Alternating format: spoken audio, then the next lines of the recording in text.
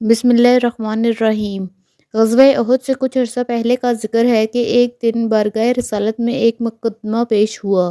ایک انصاری خاتون ربیع رضی اللہ تعالیٰ عنہ کے ہاتھ سے انصار ہی کی ایک لڑکی کا دانت ٹوٹ گیا اور اس لڑکی کے ورثاء قصاص کا مطالبہ لے کر بارگاہ نبوی صلی اللہ علیہ وآلہ وسلم میں پیش ہوئے تھے۔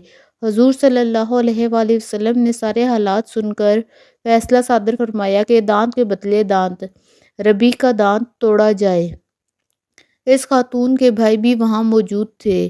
ان کو اپنی بہن سے بے پناہ محبت تھی، اگرچہ وہ ایک سچے مسلمان اور حضور اکرم صلی اللہ علیہ وآلہ وسلم کے عاشق صادق تھے، لیکن بہن کی محبت کے جذبہ سے مغلوب ہو کر کہا اور ان کی زبان سے نکل گیا، یا رسول اللہ، اللہ کی قسم ربیع کا دانت نہ توڑا جائے گا۔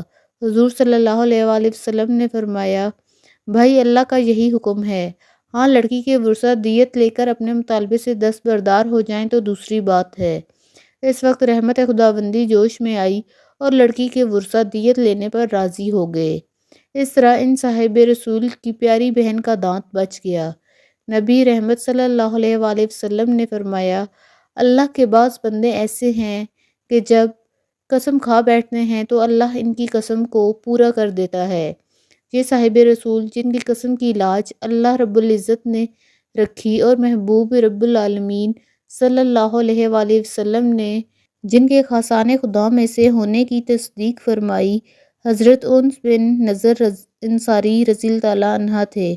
حضرت انس بن نضر رضی اللہ تعالیٰ عنہ خزرج کے خاندان نجار سے تھے۔ حضور صلی اللہ علیہ وآلہ وسلم کی پردادی سلمہ بن عمر حضرت عبد المطلب کی والدہ بھی اسی خاندان سے تھی اور رشتے میں حضرت انس بن نضر رضی اللہ تعالیٰ عنہ کی پھوپھی ہوتی تھی۔ اس سے حضرت انس رضی اللہ تعالیٰ عنہ کا خاندان رسالت سے بھی تعلق تھا۔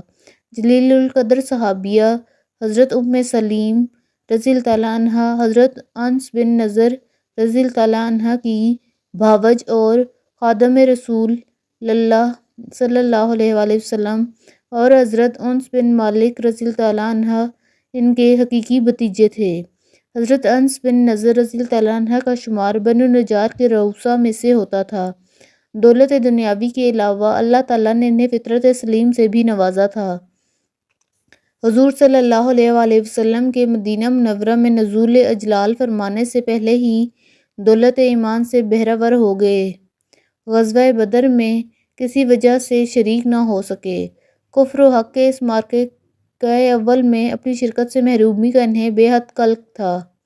نبی رحمت صلی اللہ علیہ وآلہ وسلم کی خدمت اقدس میں حاضر ہو کر عرض کی، یا رسول اللہ صلی اللہ علیہ وآلہ وسلم، مجھے بہت دکھ اور افسوس ہے کہ میں آپ کے پہلے غزوہ میں آپ کی ہمرکابی کا شرف حاصل نہ کر سکا، لیکن زندہ رہا تو دنیا دیکھے گی کہ آئندہ میں کیا کرتا ہوں۔ شوال 3 ہجری میں غزوہ احد پیش آیا تو حضرت انس بن نضر رضی اللہ تعالیٰ عنہ اس میں بڑے جوش و جذبے کے ساتھ شریک ہوئے۔ جب ایک اتفاقی غلطی سے لڑائی کا پانسا پلٹ گیا اور صرف چند آدمی حضور اکرم صلی اللہ علیہ وآلہ وسلم کے ساتھ میدان میں باقی رہ گئے تو حضرت انس بن نضر رضی اللہ تعالیٰ عنہ سخت بے تاب ہو کر کفار کی طرف بڑھے۔ راستے میں حضرت سعد بن معاذ رضی اللہ تعالیٰ عنہ ملے۔ ان سے مخاطب ہو کر فرمایا، سعد کہاں جاتے ہو؟ جنت وہ ہے، اللہ کی قسم مجھے احد کی طرف سے جنت کی خوشبو آ رہی ہے۔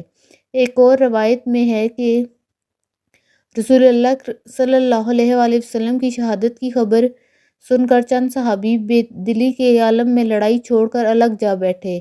حضرت انس بن نضر رضی اللہ تعالیٰ عنہ نے ان کے پاس سے گزرے اور پوچھا، تم لوگ لڑائی چھوڑ کر کیوں بیٹھے ہو یہاں؟ انہوں نے کہا کہ افسوس، رسول اللہ صلی اللہ علیہ وآلہ وسلم شہید ہو گئے۔ حضرت انس رضی اللہ تعالیٰ عنہ بولے، تو پھر تم لوگ زندہ رہ کر کیا کرو گے؟ اٹھو اور کافروں سے لڑ کر مر جاؤ، جس طرح حق کی خاطر رسول اللہ صلی اللہ علیہ وآلہ وسلم نے جان دے دی۔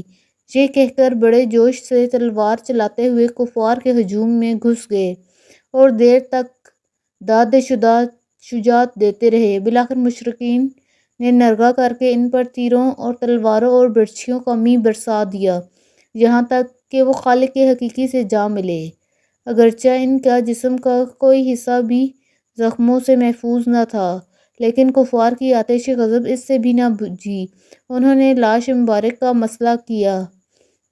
لڑائی ختم ہونے پر شہداء اور زخمیوں کی تلاش شروع ہوئی تو حضرت انس رضی اللہ تعالیٰ عنہ کی لاش مبارک پہچانی نہ جاتی تھی۔ بڑی مشکل سے ان کی بہن ربیع بن نذر نے ان کی ایک انگلی سے لاش مبارک کی شناخت کی۔ کہا جاتا ہے کہ حضرت انس رضی اللہ تعالیٰ عنہ کی انگلی پر ایک تل تھا، جسے دیکھ کر حضرت ربیع نے انہیں پہچانا۔ بعض روایتوں میں یہ بھی آتا ہے کہ انہوں نے حضرت انس رضی اللہ تعالیٰ عنہ کے خوبصورت دانتوں یا انگلیوں کی پوروں سے لاش مبارک کو شناخت کیا۔ بہر صورت اس بات پر سب کا اتفاق ہے کہ حضرت انس بن نذر رضی اللہ تعالیٰ عنہ نے راہ حق میں اس شان سے جان دی کہ جسم کا کوئی حصہ زخموں سے خالی نہ تھا۔ خالق کون و مکان کو ان کی یہ ادا ایسی بھائی کہ بروایت حضرت انس بن مالک رضی اللہ تعالیٰ عنہ کے لیے یہ آیت قرآن پاک میں نازل فرمائی۔ ایمان والوں میں سے بہت سے ایسے لوگ ہیں جنہوں نے اللہ سے کیے ہوئے وعدے کو سچ کر دکھایا۔ ان میں سے کوئی اپنی نظر پوری کر چکا ہے اور کوئی وقت آنے کا منتظر ہے۔ سورۃ الاحزاب۔ میں امید کرتی ہوں کہ میری اس ویڈیو سے آپ کی معلومات میں اضافہ ہوا ہوگا، اور اگر آپ کو میری ویڈیو پسند آئی ہے تو میری ویڈیو کو ضرور لائک کیجیے گا اور میرے چینل کو سبسکرائب کرنا نہ بھولیے گا، تاکہ میں آپ کے لیے ایسی معلوماتی ویڈیوز لاتی رہوں جس سے ہمیں اپنے دین اسلام کو بھی سمجھنے کا موقع ملتا رہے۔ اللہ تعالی ہم سب کا حامی و ناصر ہو۔ اس کے ساتھ ہی میں آپ سب سے اجازت چاہوں گی۔ اللہ حافظ۔